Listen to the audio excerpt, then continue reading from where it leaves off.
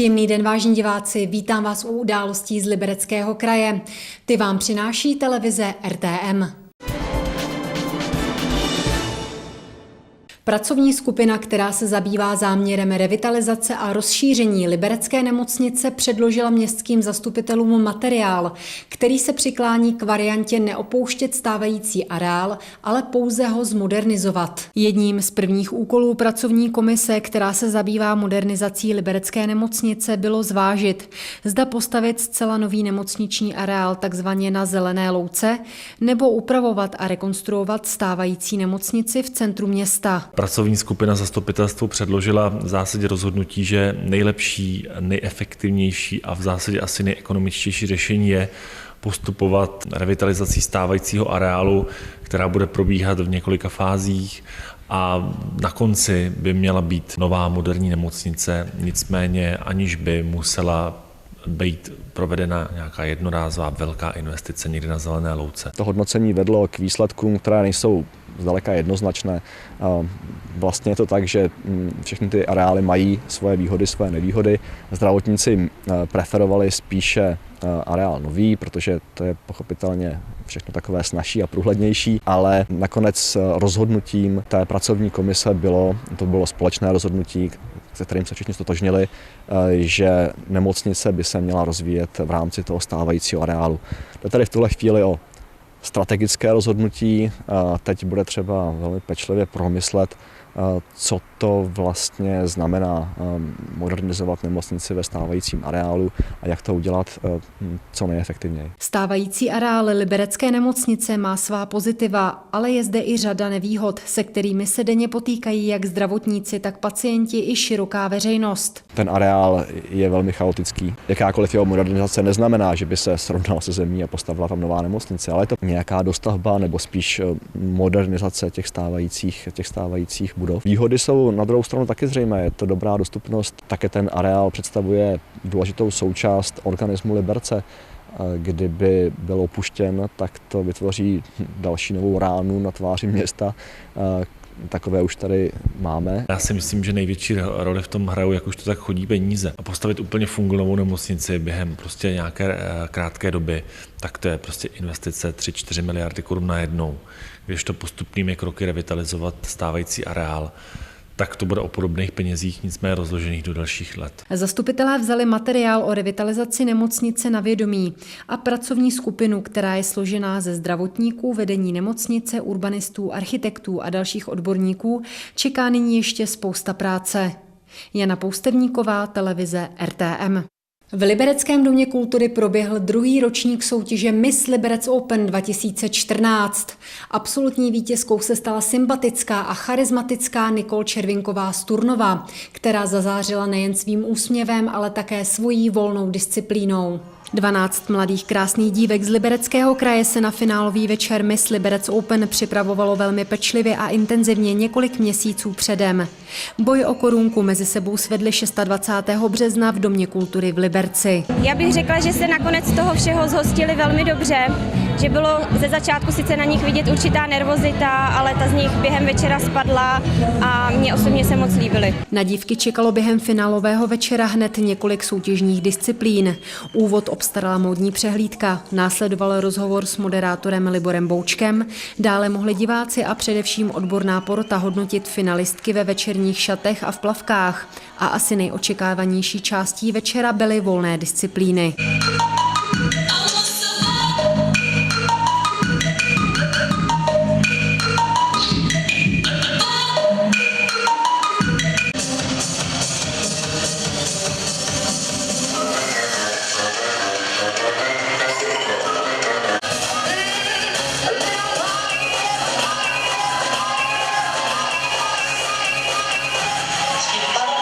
Většina dívek ve svých volných disciplínách sázela na tanec.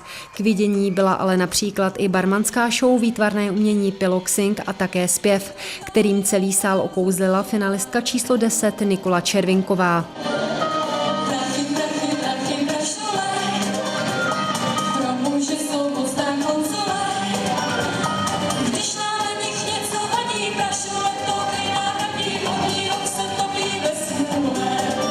Nejen pěveckým výkonem, ale zřejmě i svou přirozeností a příjemným projevem Nikola okouzlila porotu natolik, že se stala absolutní vítězkou soutěže. Nesázela jsem na to na 100%, ale doufala jsem v to, že třeba nějak okouzlím nebo zazářím, protože jako jediná jsem zpívala a docela jsem si v tom byla jistá jakoby sama u sebe.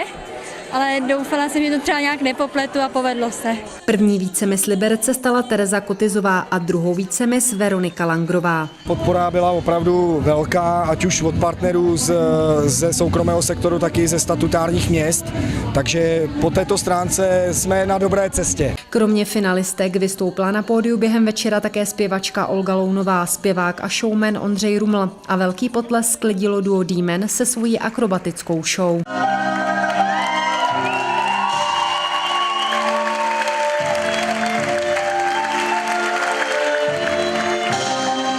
I my za televizi RTM přejeme nové Miss Liberec hodně štěstí a úspěchu. Jana Poustevníková, televize RTM.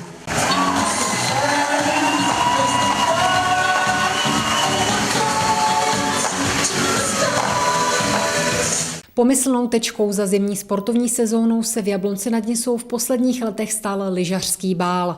Letošní zima byla sice poněkud nesourodá a kratší, společenská událost se však přesto v tradičním termínu konala. Před 7 lety byla v Jablonci nad Nisou založena tradice lyžařského bálu. O letošním posledním dubnovém sobotním večeru tak proběhl již jeho 8. ročník. Vzhledem k letošní zimě to nebude oslava lokálních úspěchů, ale spíš olympijských her, kde se dosáhlo opravdu unikátních medailových pozic a přivítáme tady nejen lyžaře, ale i biatlonisty a kolega, pan primátor, si jim dovolí předat pozornost od města. A tím tomu děkuji za spolupořádání a patronací nad tímhle bálem. Ta akce je skutečně poměrně výjimečná, sjíždějí se na ní sportovci z celé republiky, je tady vždycky pěkná atmosféra, protože ti sportovci jsou většinou mladí, kolem těch 20-25, mají tady ty své vzory, ty topy v tom lyžařském sportu a poznávají se s nimi, zjišťují, to jsou také lidé a myslím si, že potom, pokud zjistí, že to jsou lidé, tak zjistí, že i mají šanci s tím přiblížit. I jinak než na tom plese, myslím v tom sportovním smyslu. V Jablonci a hlavně ve ski klubu vyrůstala Gábina Soukalová, samozřejmě Standa Řezáč, které tady dneska uvidíme, tak já si myslím, že i tohle přispěje k obrovské prestiži toho letošního lyžařského bálu a já doufám, že stejně jako v těch předcházejících letech, tak i letos to nebude jenom bál, ale pořádný mejdan. Myslím, že jsme všichni moc rádi, že máme takovouhle už relativně dlouholetou tradici toho bálu, protože je to super potkat tady všechny takhle po sezóně a popovídat si, možná dát si i sklenku a je to taková hrozně pohodová atmosféra a tím, že vlastně my se relativně skoro celou sezónu nevidíme, málo kdy, tak se toho vždycky udá spoustu a je pořád o čem se bavit a moc rádi se vidíme, takže super, doufáme, že to bude pokračovat. Já myslím, že to je dobrý, loni jsem byl poprvé tady a myslím si, že budu chodit každý rok. Jsem na ně pyšnej, protože proslavili město Jablonec a to je samozřejmě vždycky hezký. Jablonecký lyžařský bál doposud býval společenskou tečkou za uplynulou zimní sezónou. Tenhle termín je zvolen tak, aby týden po návratu závodníků ze severského turné jsme se všichni takhle sešli, ale letos skončila ta sezóna o měsíc dřív, takže spíš bych tím možná zahajoval léto už, nebo možná tu přípravu na tu další sezónu. Většina večera se nesla ve stylu kapely ABBA v podání skupiny Jen and Bazar a jako host vystoupil zpěvák Bohuš Matuš. Jan Štol, televize RTM.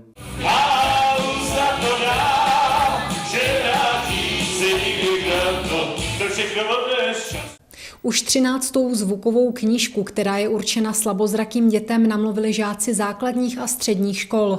Pokřtěna byla v obřadní síni liberecké radnice. Myšlenka nahrávání zvukových knih se v Liberci začala rodit zhruba před 14 lety v rámci festivalu dětské knihy. Postupem času se z toho stala tradice.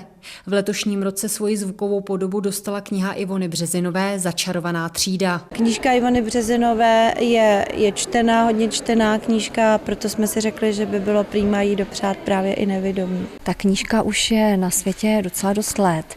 Tentokrát vlastně je to poprvé, kdy je ve zvukové podobě, proto se na ní strašně moc těším, ale vlastně letos vyšla už byl dotisk 4. vydání a ta knížka mi dělá radost, protože jednak získává literární ceny, jednak je překládaná do zahraničí. Musím říct, že největší radost mám i z toho, že vyšla v romštině, protože je o romských dětech, takže jsem byla velmi potěšena, že na Slovensku se podařilo i to romské vydání. No ale teď ta zvuková podoba, to je něco úplně jiného, na to jsem si vůbec ani nepomyslela a jsem strašně natěšená a šťastná, že to vyšlo a budu poslouchat a budu se z toho těšit s těmi dětmi, které to určitě krásně namluvili. To je jeden z vrcholů kulturních sezóny v našem městě. Tato vůbec ten veletrh dětské knihy, festival dětské knihy, to je taková úžasná tradice, která v Liberci je. A vlastně vždycky to vyvrcholení její je v zásadě takový dobrý počin, kdy herci a děti namluví dětskou knihu i pro ty děti, které nemohou číst. A proto je to audiokniha, můžou si pouštět z CDčka a každoročně vzniká krásné umělecké dílo. Je to taková kouzelná knížka, protože se v ní čaruje. Hlavními hrdiny jsou trojčata, jsou to 3 malí Romové, jsou to vlastně děti z romské rodiny, kde se opravdu kouzlí, je to jejich profese, je to jejich povolání, kdy rodiče každou chvilku mají své představení v jiném městě. No a to má pochopitelně dost negativní důsledky pro školní docházku jejich dětí, protože hodně střídají školu a tím teda neprospívají asi tak dobře jako ostatní děti. Celý děj knížky samozřejmě nemůžeme nyní prozradit. Můžeme však naznačit, že v jeho závěru je jisté životní poučení a celý příběh končí dobře.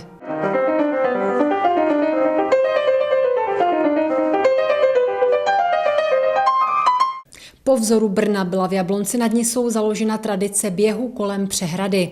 Jejího udržování se jako hlavní pořadatel ujal místní Tri-klub. Areál Jablonecké přehrady hostil ve městě již tradiční sportovní událost pro celou rodinu. Uskutečnil se zde 4. ročník Jabloneckého běhu do pohody s podtitulem Běh pro celou rodinu od 2 do 100 let. Já jsem se jednou vrátil ze služební cesty a zjistil jsem, že se v Brně běhá kolem přehrady.